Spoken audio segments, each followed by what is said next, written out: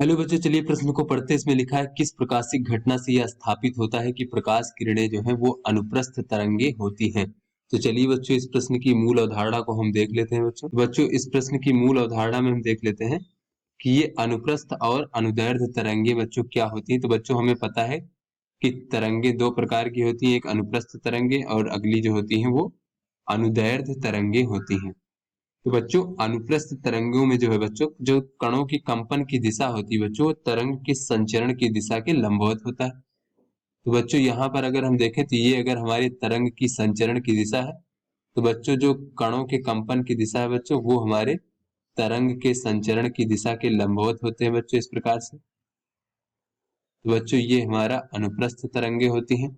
और अनुदैर्ध्य तरंग क्या होती है बच्चों, इसमें कंपन के कणों के कंपन की दिशा जो होती है तरंग के संचरण की दिशा के अनुदिश होती है बच्चों, इस प्रकार से। तो यहाँ पर बच्चों अगर ये तरंग के संचरण की दिशा है बच्चों, तो ये हमारे कणों के कंपन की दिशा होगी बच्चों, इस प्रकार से। तो ये बच्चों हमारा अनुदैर्ध्य और अनुप्रस्थ तरंगों में अंतर होता है। तो यहाँ पर बच्चों अगर हम देखें कि ध्रुवण क्या होता है बच्चों, तो बच्चों ध्रुवण वो होता है कि तरंग के संचरण के परितः जो है बच्चों, जो सममितता की कमी होती है बच्चों, उस चीज को हम ध्रुवण कहते हैं। तो अगर हम अनुदैर्ध्य तरंगों को देखें, तो तरंग के संचरण की दिशा के परितः चारों ओर अगर हम किसी भी तरफ से देखें तो हमें कंपन समान रूप से दिखाई देते हैं बच्चों। तो अतः बच्चों ये जो हमारी अनुदैर्ध्य तरंगे होती है ये ध्रुवित नहीं होती है बच्चों।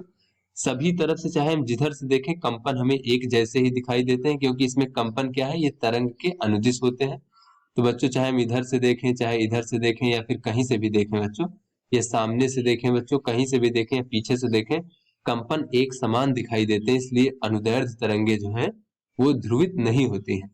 फिर अगर हम अनुप्रस्थ तरंगों की बात देखें बच्चों, तो अनुप्रस्थ तरंगे अगर हम अलग अलग दिशाओं से देखेंगे, तरंग के संचरण की दिशा के परितः चारों दिशाओं में अलग अलग जगहों से देखें, तो इसके कंपन हमें अलग अलग प्रकार से दिखाई देंगे।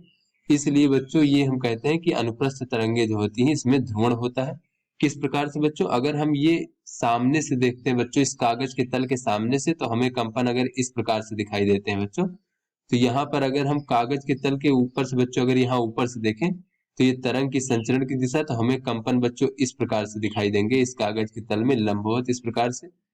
तो बच्चों हम अगर अलग अलग दिशा से देखें तो हमें कंपन अलग अलग दिखाई देंगे, क्योंकि इसमें कंपन की दिशा जो है ये तरंग के संचरण की दिशा के अभिलंबवत होता है। तो यहाँ पर हम बच्चों कह सकते हैं जो अनुप्रस्थ तरंगे होती है बच्चों, तो बच्चों यही जो है कि तरंग के संचरण की दिशा के परितः जो सममितता की कमी होती है बच्चों, वो ध्रुवण कहलाता है। तो यहाँ पर ये सममितता की कमी केवल अनुप्रस्थ तरंगे प्रदर्शित करते हैं। तो यहाँ पर कह सकते हैं अनुप्रस्थ तरंगे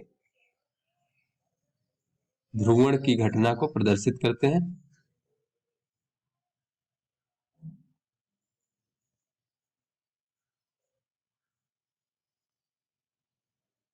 प्रदर्शित करते हैं। चलिए बच्चों अपने प्रश्न को हल करते हैं। तो यहाँ पर बच्चों कहा जा रहा है कि किस प्रकाशिक घटना से यह स्थापित होता है कि प्रकाश किरणें अनुप्रस्थ तरंगे होती हैं। तो बच्चों जो हमारी सामान्य प्रकाश किरणें होती हैं, इस प्रकार से अगर हम देखें, तो वो तो अनुप्रस्थ तरंगे होती हैं, लेकिन बच्चों ये चूंकि असंख्य जो है प्रकाश के स्पंदों से मिलकर के बच्चों बनी होती है, स्पंद तरंगों से, तो इसमें बच्चों जो कंपन होता है अलग अलग तरंगों की अलग अलग दिशा में होता है बच्चों। तो चूंकि तरंग के संचरण के दिशा के लंबवत ही होता है, लेकिन बच्चों अलग अलग स्पंदों का अलग अलग दिशा में होता है बच्चों। तो इसके लंबवत तल में बच्चों जो है इस प्रकार से तरंग के संचरण के लंबवत तल में ये कंपन की दिशाएं बच्चों प्रत्येक दिशा में होती है बच्चों, इस प्रकार से लंबवत। तो यहाँ से बच्चों अगर हम देखें, तो बच्चों अगर हम इसके संचरण के परितः किसी भी तरीके से देखें बच्चों, तो ये हमें सममित प्रतीत होता है। यानी बच्चों अब ये अनुप्रस्थ होते हुए भी हमें ध्रुवित नहीं होती, इसलिए इसे हम अध्रुवित प्रकाश कहते हैं। इसका कारण बच्चों ये होता है कि ये जो प्रकाश होती है ये अलग अलग असंख्य स्पंदों से मिलकर के बना होता है, और प्रत्येक स्पंद के कंपन की दिशा अलग अलग होती है। इसलिए हमें बच्चों ये तरंग के संचरण के लंबवत सभी दिशाओं में कंपन प्राप्त होते हैं। किंतु बच्चों अगर इसे हम किसी ध्रुवक से गुजार दे बच्चों, इस प्रकार से अगर हम बच्चों इसे किसी ध्रुवक से गुजार दे, मान लीजिए ये ध्रुवक की अक्ष है हमारी, तो बच्चों इससे गुजरने के बाद जो है हमारा जो प्रकाश होगा उसमें कंपन की दिशा केवल एक ही दिशा में कंपन बचे रहेंगे। वो किस दिशा में, जो कि जो कंपन ध्रुवक की अक्ष के समांतर होंगे बच्चों, उस दिशा के कंपन बचे रहेंगे, बाकी कंपन इस ध्रुवक से नष्ट हो जाएंगे बच्चों, या फिर इससे गुजर नहीं पाएंगे। तो इस प्रकार से बच्चों केवल ये कंपन बचे रहेंगे। अब ये हमारा ध्रुवित प्रकाश है बच्चों, ध्रुवित प्रकाश है। इसमें कंपन जो है अब तरंग के संचरण के लंबवत किसी एक ही दिशा में बच्चों, जो कि ध्रुवक की अक्ष के समांतर दिशा में कंपन बचे हुए हैं। तो बच्चों ये हमारी ध्रुवित प्रकाश है। तो बच्चों इसे अगर हम P1 पहला ध्रुवक मान ले बच्चों, तो इसके बाद जो है अगर हम इसे दूसरे ध्रुवक से बच्चों गुजारते हैं, यहाँ पर देख लेते हैं, अगर इस ध्रुवित प्रकाश को किसी दूसरे ध्रुवक से गुजारते हैं बच्चों, जिसका अक्ष जो है बच्चों इस प्रकार से देख लेते हैं, जिसका अक्ष जो है ये पहले वाले अक्ष से जो है बच्चों, इस पहले वाले ध्रुवक के अक्ष से, जो कि बच्चों इस प्रकार से था, वो थीटा कोण बनाता है बच्चों इस प्रकार से। तो यहाँ पर बच्चों इससे गुजरने के बाद जो है ये हमारा जो वैद्युत क्षेत्र का सदिश था, इसका एक, अगर यहाँ पर बच्चों ई था तो यहाँ पर केवल ई कास थीटा ही बच्चों इस प्रकार से गुजर पाएगा दूसरे ध्रुवक से। इस प्रकार से ई का जो है बच्चों ई कास थीटा घटक ही इस ध्रुवक से गुजर पाता है। तो इस प्रकार से अगर हम देखें बच्चों, जो तीव्रता होती है वो वैद्युत क्षेत्र के सदिश के अनुपाती होती है बच्चों। तो पहले यहाँ पर तीव्रता अगर आई नॉट थी, बाद में तीव्रता आई हो जाएगी, तो आई बराबर हो जाएगा आई नॉट और बच्चों cos थीटा का वर्ग, इस प्रकार से। तो यहाँ से बच्चों हमने देखा कि जब हम दूसरे ध्रुवक से गुजारते हैं ध्रुवित प्रकाश को, तो हमारी तीव्रता जो है वो घट जाती है। तो ऐसा बच्चों इसीलिए होता है क्योंकि इसके कंपन जो होते हैं बच्चों, वो तरंग की संचरण की दिशा के अभिलंबवत होते हैं। अगर बच्चों ये तरंग की संचरण की दिशा के अनुदिश यानी अनुदैर्ध्य तरंगे होती, तो बच्चों यहाँ पर पूरा का पूरा वैद्युत क्षेत्र सदिश गुजर जाता है और यहाँ पर तीव्रता में कोई अंतर ना होता बच्चों, जब हम इसे ध्रुवक से गुजारते। तो यहाँ से बच्चों हम कह सकते हैं कि अतः, या फिर ये कह ले बच्चों, चूंकि प्रकाश जो होता है बच्चों ध्रुवण की घटना को प्रदर्शित करता है।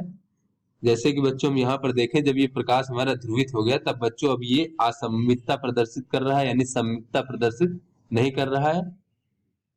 तो यहाँ पर बच्चों इसलिए जो है इसको जब हम ध्रुवक से गुजारते हैं अगले ध्रुवक से किसी अन्य कोण पर बच्चों, तो इस प्रकार से यहाँ पर जो है प्रकाश की तीव्रता कम हो जाती है। अगर बच्चों इसकी अक्ष को हम थोड़ा और घुमा दें और यहाँ पर अगर थीटा का मान बच्चों 90 डिग्री कर दें बच्चों, तो यहाँ पर उस दूसरी तरफ कोई प्रकाश नहीं गुजरेगा, यानी दूसरी तरफ गुजरने वाले प्रकाश की तीव्रता का मान 0 हो जाएगा। तो यहाँ बच्चों हम देख लेते हैं, क्योंकि प्रकाश जो है ध्रुवण की घटना को प्रदर्शित करता है बच्चों, और बच्चों ये जो ध्रुवण की घटना है ये केवल अनुप्रस्थ तरंगे ध्रुवण की घटना को प्रदर्शित करती हैं। अतः बच्चों इस घटना से स्थापित होता है कि ये प्रकाश तरंगे जो है वो अनुप्रस्थ तरंगे, अतः प्रकाश तरंगे अनुप्रस्थ तरंगे होती हैं, जिसमें बच्चों वैद्युत क्षेत्र और चुंबकीय क्षेत्र के जो कंपन है वो तरंग की संचरण की दिशा के अभिलंबवत होती हैं।